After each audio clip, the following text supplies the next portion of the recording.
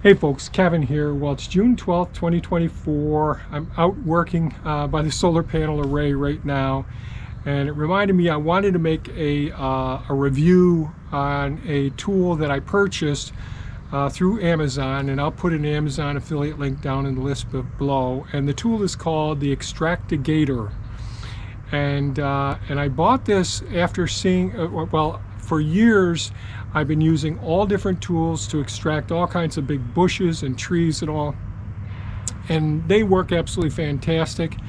And they require using a piece of equipment, machinery, like a tractor or an excavator or something like that to use those tools. And they work fantastic. I enjoy them. Like the brush grubber is two of the tools that I use. Well, I was watching Tony's Cool Tools, and if you're not familiar with him, if you like getting reviews on different cool tools, on homesteading, farming tools, woodsman tools, those sorts of things, working in the wood yard, he has some really good reviews on tools. Just like Farm Project is another good channel to watch as well. So I saw this video on this particular tool that I'm going to demonstrate, the Extractigator, and I was really impressed with it. And I started thinking, geez, is this something that I could do more than remove a couple of problematic trees that I've got that I could potentially use for transplanting trees as well? And I think it's going to work for that as well.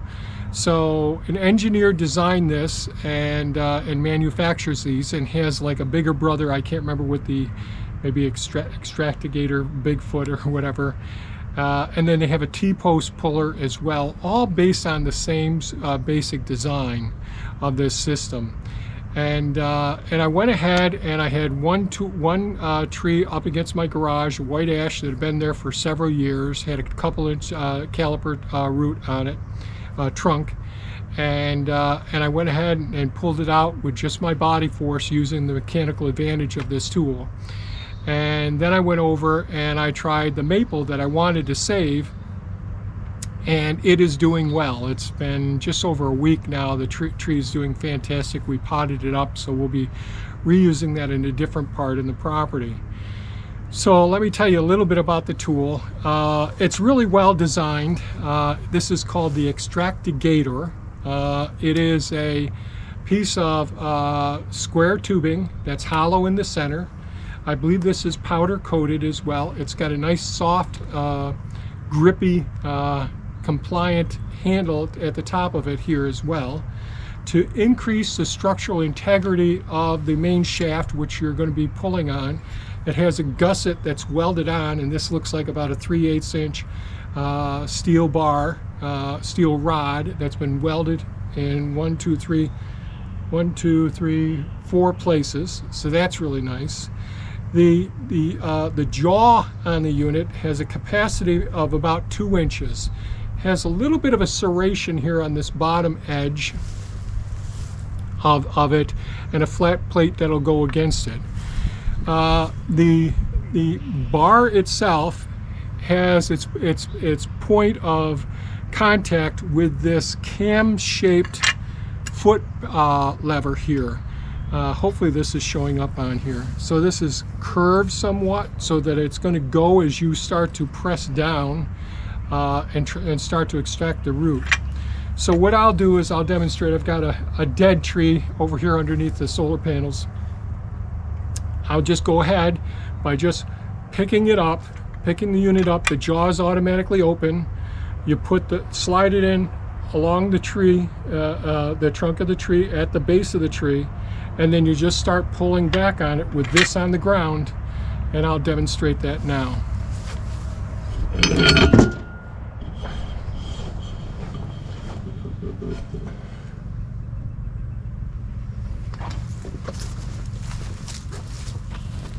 So I've got it like this. Just going to bring it right around. I probably should bring this over closer to there.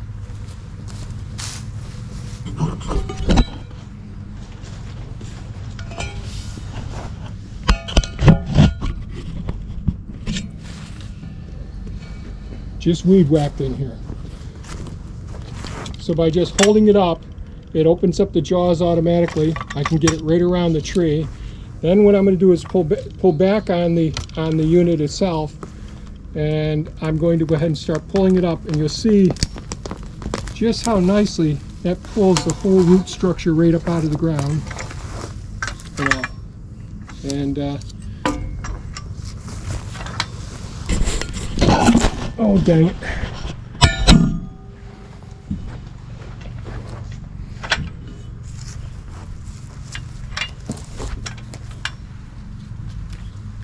So this is dead, so it didn't have a lot of fine hairs really attaching it very well, but it did work extremely well. So if you could see the roots on this, we're going to go down. I think we're going to max this one out by going down to another one underneath the solar panel array here. So it's right up against one of the rack mounts here. Hopefully this is going to show. So again, I just lift this up. Oh, it will fit. And of course, I'm right underneath my aluminum brace here.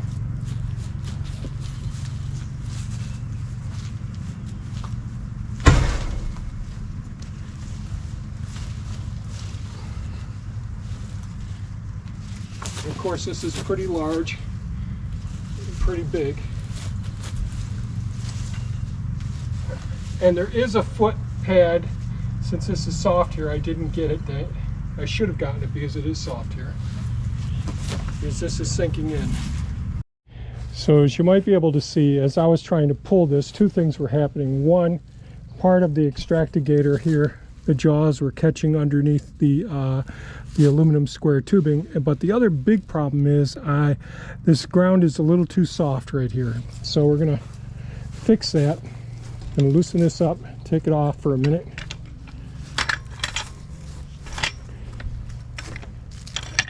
Remove some of the dirt that I got in here.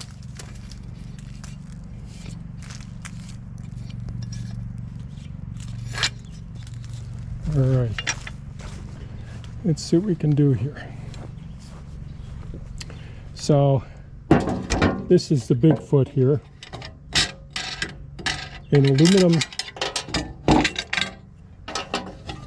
An aluminum plate that's designed to fit with the curvature here of the Extractigator, this cam shape and all. So I'm going to go ahead and set this back down.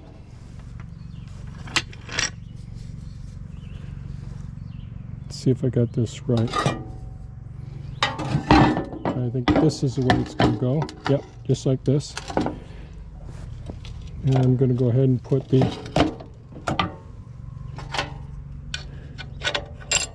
plate down, lock washer down, and the wing nut. This increases the surface area. Instead of just having, you know, a 3x2, I'm not sure what the actual dimensions of this are, a 3x2 inch area, I really increase the surface area to make contact with the ground, so it's much less likely that this is going to sink in now. Okay. Turn on this other camera from another angle.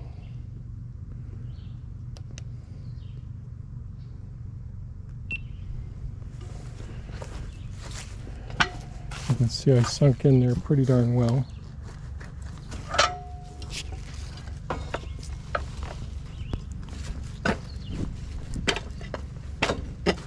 Okay, try not to get on the aluminum there.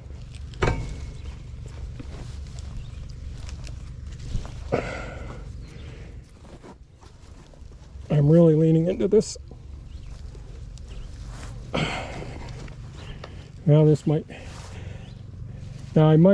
so this extra reinforcement, this gusset here really is helpful, but I'm inclined to go ahead and put a pipe over the outside of this to try and get this bugger to come more, because I'm using my entire body weight, and I don't think I'm going to be able to do it unless I try.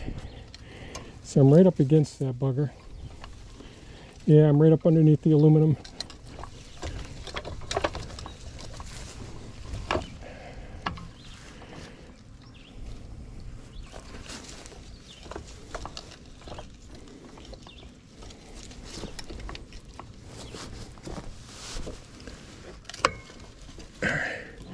Not the best example, I guess, I didn't pick. Just right up against the aluminum here.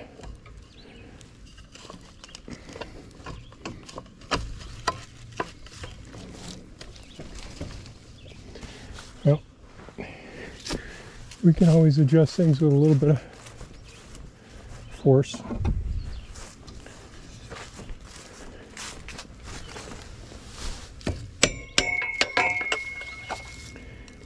So this does exceed the capacity, but it's also right there with that darn. I try to get it from another angle.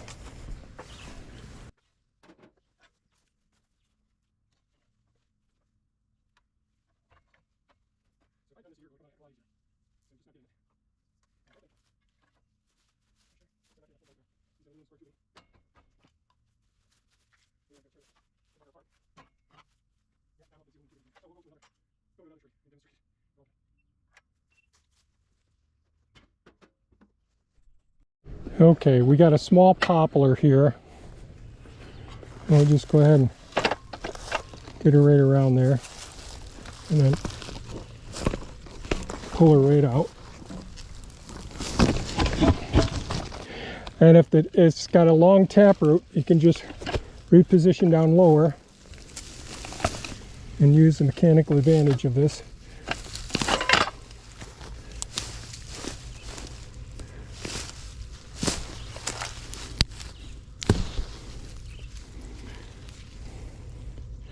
So that came out pretty well, and there's really only, well, this one did quite a bit of damage to it.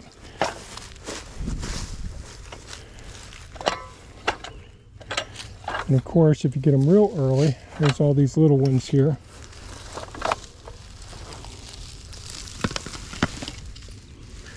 And again, just go down and grab a hole.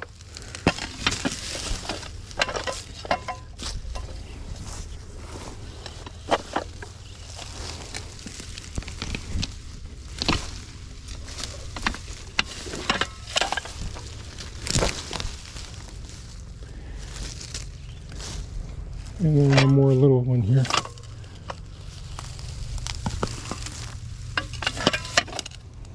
Get the nice taproot out of there. So we'll go to another spot and let me see if there's one of these birches right here. No, they're on the bank down there. Well, there's a real small one right here.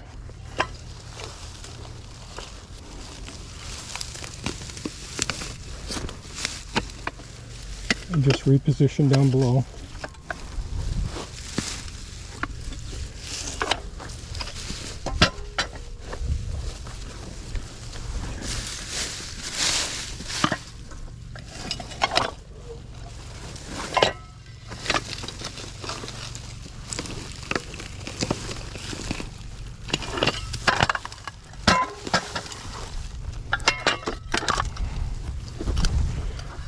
So if I wanted to transplant some of these white birch trees, it does very little damage to the trunk of the tree.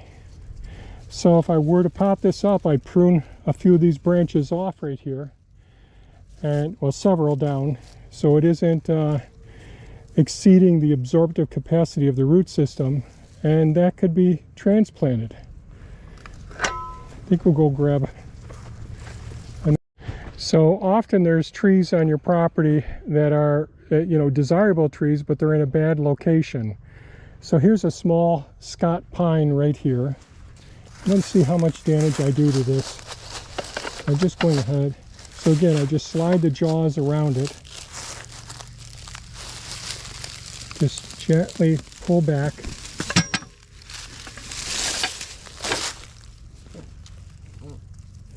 So this could be potted up.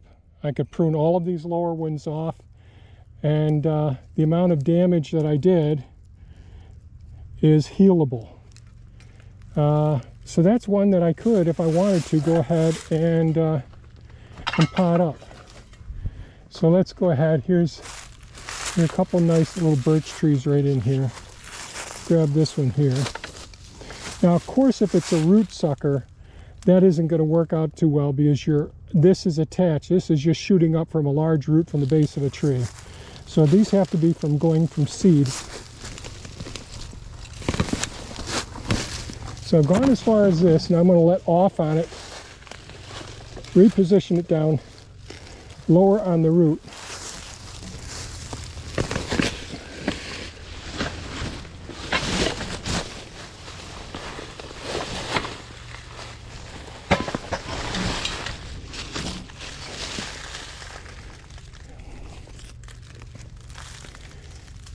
Yes, I did do some damage to it, but this is healable. The cambium layer, which is the vascular layer, is only disrupted about by 1 square centimeter right here, and about the same amount on the other side. I think this can all heal. So this may actually help with, and there's another Scott pine with it as well.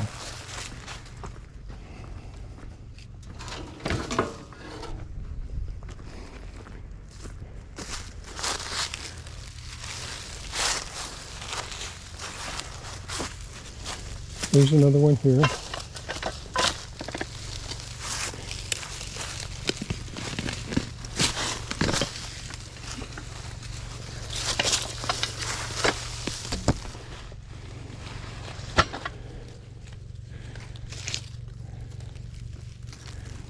So just about all of the cambium, the outer bark is damaged, but that will all heal. And it's got enough root mass there that I think that this could be potted up or it could be put in a different part of your property. So here we have all these white birches that have seeded right here. And it's be undesirable having all these in one location, but you know, they could be removed with a tool like this. Now I could use the excavator, come in here and dig them up. That would work as well. So hopefully this is all making sense. I think I'll do one more. This one that's a little bit a year older here. Starting to show some of the white birch on there.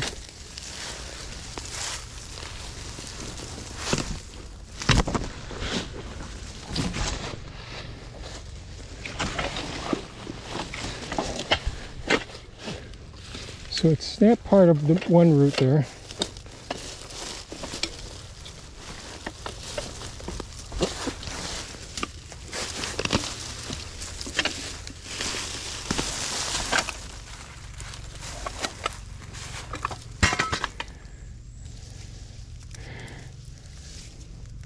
So with appropriate pruning and giving it time to heal, this could be, certainly you'd want to do this in the fall or real early spring when they're dormant. I think I'll stop here for a moment.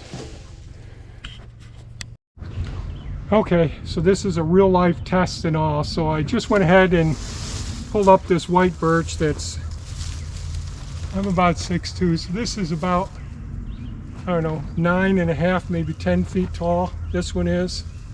And again, I would do these transplants or rooting them up from the forest when the trees are dormant in the early spring or late fall. Here's a small birch that's maybe 7 feet tall.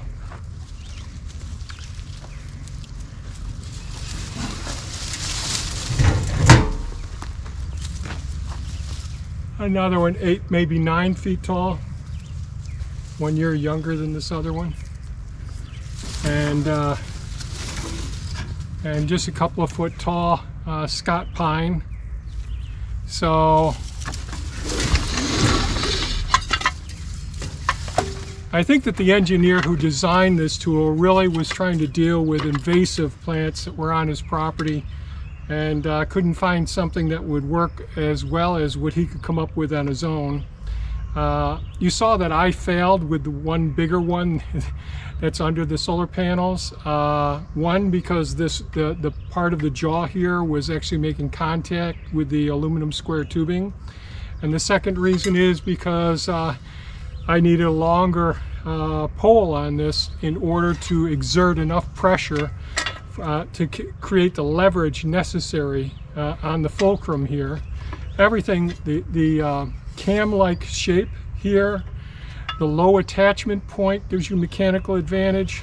Certainly the hollow square tubing, I think this is powder coated with a welded gusset, this rod here, really great design. So I just wanted to share this tool with you. It kicked butt on the first 2 trees that were up against the buildings, and I have several more to take out, but there's no sense in making this video any longer than it is.